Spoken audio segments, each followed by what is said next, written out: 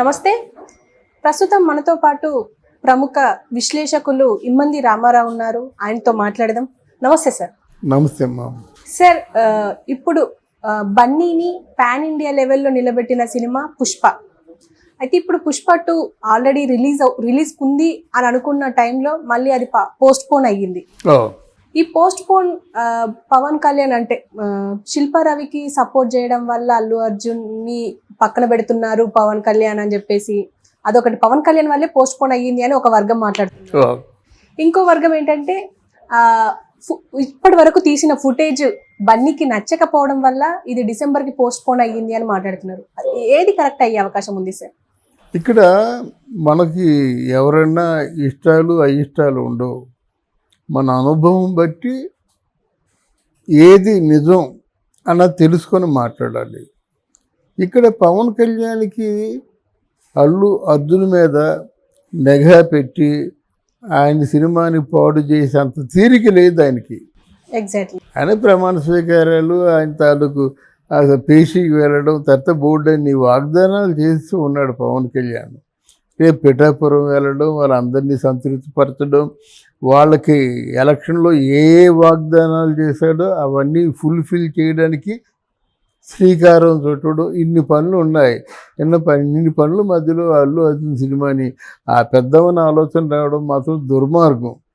ఆలోచన వచ్చింది ఎవరికి? ఎవరైతే అలా ప్రచారం చేస్తున్నారో అంత దుర్మార్గమైన ఆలోచన ఎవరికి రాదు. కానీ ఇక్కడ ఏంటంటే అదిగో పులి అంటే ఇదిగో తోక అంటారు. అక్కడ పులి ఉండదు, ఇక్కడ తోక ఉండదు.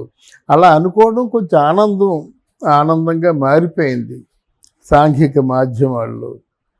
ఇక్కడ విశేషం ఏంటంటే పుష్ప 1 అంత బాగా ఆడిన తర్వాత పుష్ప 2 తీయకూడదు జనరల్గా. ఎందుకంటే ఇదేదో కేజీఎఫ్ లాంటి సినిమా కాదు 1, 2 తీయడానికి. పుష్ప 1 అద్భుతంగా చేశారు. మనకి అల్లు అర్జున్ ఆ స్థాయిలో పెర్ఫార్మెన్స్ చేస్తారని ఎవరు ఊహించలేదు. ఎవరు ఇక్కడే కాదు, బాలీవుడ్ మిగతా ప్రాంతాల్లో కూడా ఎవరు ఒక మలయాళంలో ఊహిస్తారు. ఎందుకంటే మలయాళంలో అల్లు అర్జున్ని మల్లు అని పిలుస్తారు. అది పెద్ద అవార్డు దానికి. కనుక మిగతా భాషల్లో అంత గొప్పగా పోతుంది అనుకోలేదు. కానీ అంత గొప్పగా పోయిన తర్వాత ఇంకొక సినిమా స్టార్ట్ చేసుకుంటే ఈసరికి అల్లు అర్జున్ మళ్ళీ ఇంకొక పాన్ ఇండియా సినిమాని అందించేవాడు. ఏ త్రివిక్రమ శ్రీనివాసు వాళ్ళు బ్యాచ్ ఉంది కదా, అందించేవాడు. కానీ ఇక్కడ స్టార్ట్ చేయకుండా ఉండడం ఆయన తాలూకు కొంచెం మరి అంటే తొందరపాటు. తెలివి తక్కువతనం అయితే ఇలాంటి సినిమా ముందు ఎందుకు ఎంపిక చేసుకుంటాడు? తెలివైన వాడే కానీ తొందరపాటు. క్యాలిక్యులేషన్స్ ఉండాలి కదా, ఎకనామికల్ క్యాలిక్యులేషన్స్ ఉండాలి, ఆర్ట్ క్యాలిక్యులేషన్స్ కూడా ఉండాలి అన్నమాట. ఆర్ట్ పరంగా అంటే సినిమా క్వాలిటీ పరంగా రెండు క్యాలిక్యులేట్ చేసుకొని ఆయన దిగాలి. అది లేకుండా కొంత తొందరపాటు ప్రదర్శించాడు. పుష్ప 2 తీశాడు. ఈలోగా కొన్ని రాజకీయపరమైన విమర్శలకు అవకాశం ఇచ్చాడు. అప్పుడే చెప్పాను నేను. ఎందుకంటే అక్కడ రవి ఎవరు, శిల్పా రవి ఎవరు ఉన్నారు కదా, ఆయనకి క్యాన్వాసింగ్కి వెళ్ళినప్పుడు పక్క ఉన్నటువంటి మనకి పవన్ కళ్యాణ్ దగ్గరికి కూడా వెళ్ళి 5 నిమిషాలు ఉండి వచ్చేస్తే అసలు ఈ గొడవే ఉండేది కాదు.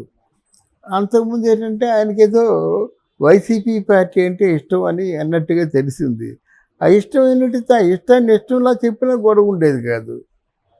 ఆయనకేదో క్లబ్లో కలిసి మేము ఇద్దరు తరచూ మాట్లాడుకుంటూ ఉండేవారు. నీ తాలూకు ప్రచారానికి వస్తానని, అందుకే వెళ్ళాను అని చెప్పాడు.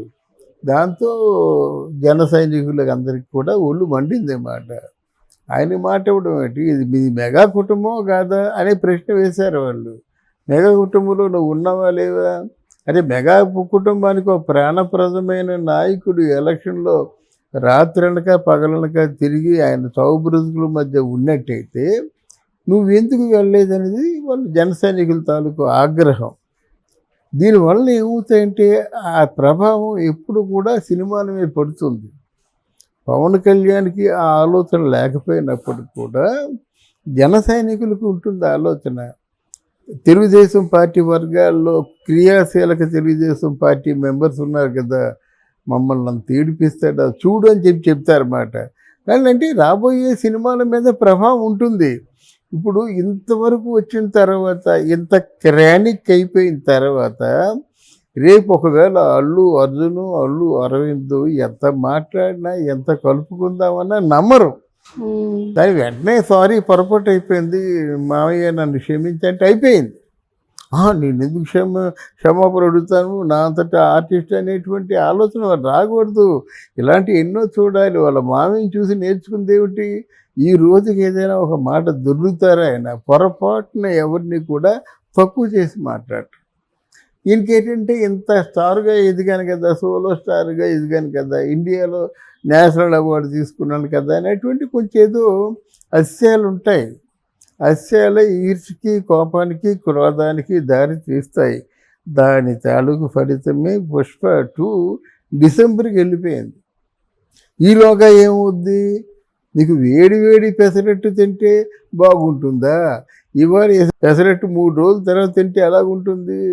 అది పూర్తిగా బ్యాక్టీరియల్ పెసరట్టు అయిపోద్ది అన్నమాట. పురుగులు కూడా ఉండొచ్చు. దాన్ని తినడానికి సహించదు ముందు. అలాగే వేడివేడిగా సినిమా హాట్గా ఫినిష్ అయింది, రిలీజ్ చేసేస్తే చాలు, దాని మంచో చెడ్డ వెంటనే తేలిపోద్ది. ఇప్పుడు డిసెంబర్ వరకు అంటే ఏంటి, ఫీడ్ నచ్చలేదని చెప్పాడు. ప్రేక్షకులు ఎలాగనుకుంటారు అంటే అంత బన్నీకే ఫీడ్ నచ్చపోయినప్పుడు ఎంత వరస్ట్గా తీసుకుంటాడు అనుకుంటారు కదా. ఫీడ్ ఎందుకు నచ్చదు? క్వాలిటీ లేకపోతే నచ్చదు. క్వాలిటీ ఉంటే ఎవరికి నచ్చుతుంది కదా. క్వాలిటీ ఉంటే రిలీజ్ చేయడానికి ఏముంది? సినిమా రిలీజ్ చేస్తే ఆ పక్కన పెద్ద సినిమా చిన్న సినిమా చూడరు. సినిమా బాగుంటే చూస్తారు అంతే. బన్నీ సినిమా రిలీజ్ చేసినప్పటికీ ఎవరికి ఎక్స్పెక్టేషన్స్ లేవు కదా. ఒకసారే సూపర్ హిట్ అనేసరికి అది ఎంత దూరం వెళ్ళాలో అంత దూరం వెళ్ళింది. కలెక్షన్స్ పరంగా కూడా మంచి కలెక్షన్ బోనాంజా అన్నమాట. అంత బాగా కలెక్ట్ చేసింది. ధైర్యంతో దీంట్లో దిగిపోయిన తర్వాత అనుకోని అవాంతరాలు ఇవన్నీ. ఇప్పుడు రెడీ అయిపోయిన సినిమాని ఎప్పుడు డిసెంబర్కి వేస్తానంటే ఎంతమంది చూస్తారు? ఈలోగా అర్జున్ సినిమా లేదు కదా. మళ్ళీ అల్లు అర్జున్ సినిమా తయారయ్యి రిలీజ్ అవ్వాలంటే 2025 ఎండింగ్లో వస్తుంది. అంటే 2 years సినిమాలు ఉండవు కదమ్మా. కరెక్టేనా?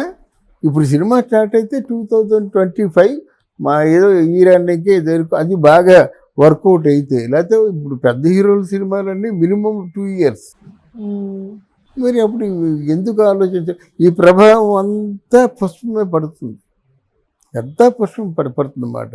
తర్వాత అల్లు అర్జున్ క్యారెక్టర్ మీద పడుతుంది. తర్వాత ఏంటంటే ఆ డైరెక్టర్స్ ఎంత నువ్వు నేను ఒకే ప్రాణం అనుకున్నా, ఈయనకి మరి డిసెంబర్ వరకు సుకుమార్కి కూడా సినిమాలు చేసే అవకాశం లేదు కదా. ఇప్పుడు ఆయనకి కూడా డబ్బులు కావాలి కదా.